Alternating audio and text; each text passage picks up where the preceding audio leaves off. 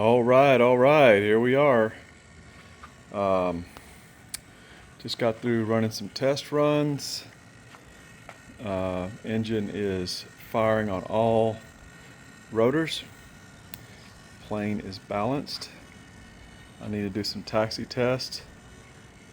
I added some extra springs to the landing gear, and honestly, I might add a little more, but it's sitting pretty right now. So I think that might do it. But I put some heavier springs on the landing gear, beefed it up a little bit.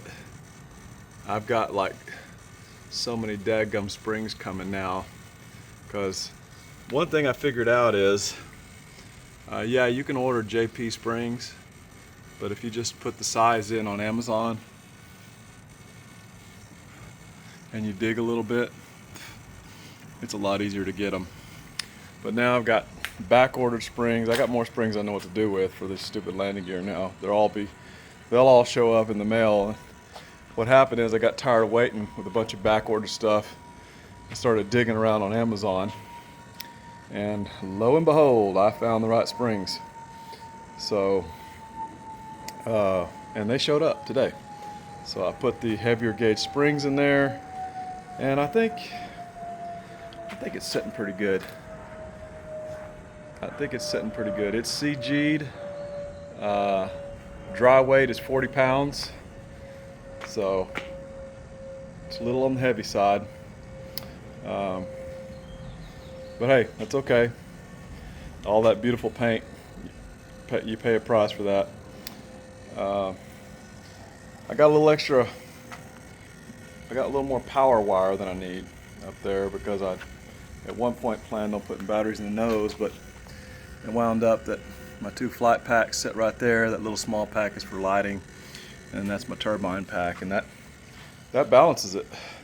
And I'll tell you one thing, I got the Skyrc CG scales, and man, I should have done that a long time ago. It is way too easy, and I just kind of checked it by hand by lifting it up pretty close to the CG point. I'm setting CG at 200 millimeters past the leading edge on this is what's recommended. The range is from 190 to about 220 or so, or 230 depending on the model. But this one's sitting pretty at 200. Slightly beefier springs in the landing gear. It's a little bit heavier than I'd have liked it to have been. I didn't add anything extra. I don't have a smoke system on here. It carries a lot of fuel, and depending on, I still need to work on run time. Depending on fuel burn, I may go back later and eliminate 2 of those tanks, which would put me at, right now I have 600 milliliters or 6 liters of fuel, which is a lot of fuel. This thing will be flying forever. So it takes off with quite a bit of fuel. Don't know if I need all that fuel, but it's nice to have, and maybe I want a bigger engine. So right now I'm going to fly it with this one. I'll be at like 0.85 to 1 on thrust to power ratio, which it's not the end of the world. I won't be doing any verticals right off the runway, but it's still a lot of power. So, and filling that 41.8 pounds of thrust is no joke. So, but then like I said, when it's full, it's going to be slightly under 1 to 1. So, not a big deal really. And changing the engine is not a huge thing. It's just throw money at it. But this little baby right here, this pilot gear controller, this is what everybody has needed, and anybody can use this. You don't have to have FR Sky to operate this. It runs on S-Bus. It's a BEC.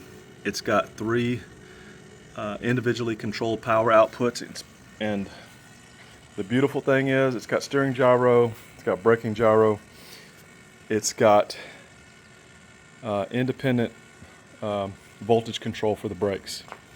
So yes, you can make this baby stop. You can make a big bird stop with electric brakes, which it's been a problem that some of us have had with kind of the JP setups. Is the braking power is lacking. Not with that one.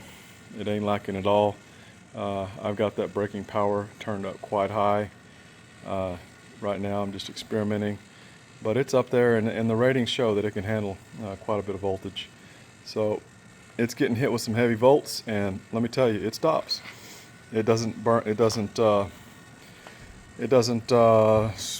lock them up, which I don't want that, but it will come to a stop quickly, and that is super handy. So you know, some taxi tests, because I need to make sure that steering gyro is not overly sensitive. I couldn't do it in my driveway. I mean, it's not enough room to get it up to kind of any reasonable speed, and I didn't want to run up and down the street because my street kind of goes up and downhill, and plus, you know, it's loud. I've been running it for a little while, and I want to spare the neighbors, but they never complain, bless their hearts. So that's where we're at. It's ready for launch, really. You know, a little taxi test, and like I said, it's balanced. Batteries are where they're supposed to be. My power leads are a little longer than I wanted because initially I had them set up to run power in the nose, so I've got some extra wire in here. Oops, excuse me. I got some extra lead wire, but I just stuff it in there. And right now I've just kind of got it burning in. I've got the timer running, and I let it idle forever and ever, ran the power up and down, and I've just had it on for over 30 minutes, just on, you know, running this, moving the surfaces, and you can see the surfaces, you know, beautiful movement. And then of course, if I want, you know, if I want some of that, I can get some of that. Aileron action, and then of course if I go full landing configuration, I get automatically kicks in some aileron action with the flaps, and then you can see that's full flaps. That's really a little bit over what some people have, but you know, it can handle it. It can handle it. So yeah, so far so good. It's ready for launch though, and so I just need a good day of weather and some time to do it. I think I'm taking this in the Waco. You know, it's about 46 pounds wet, and yeah, I think I want some more runway for the maiden on this one. So far so good. Anyway, just want to give everybody an update. We're ready to go.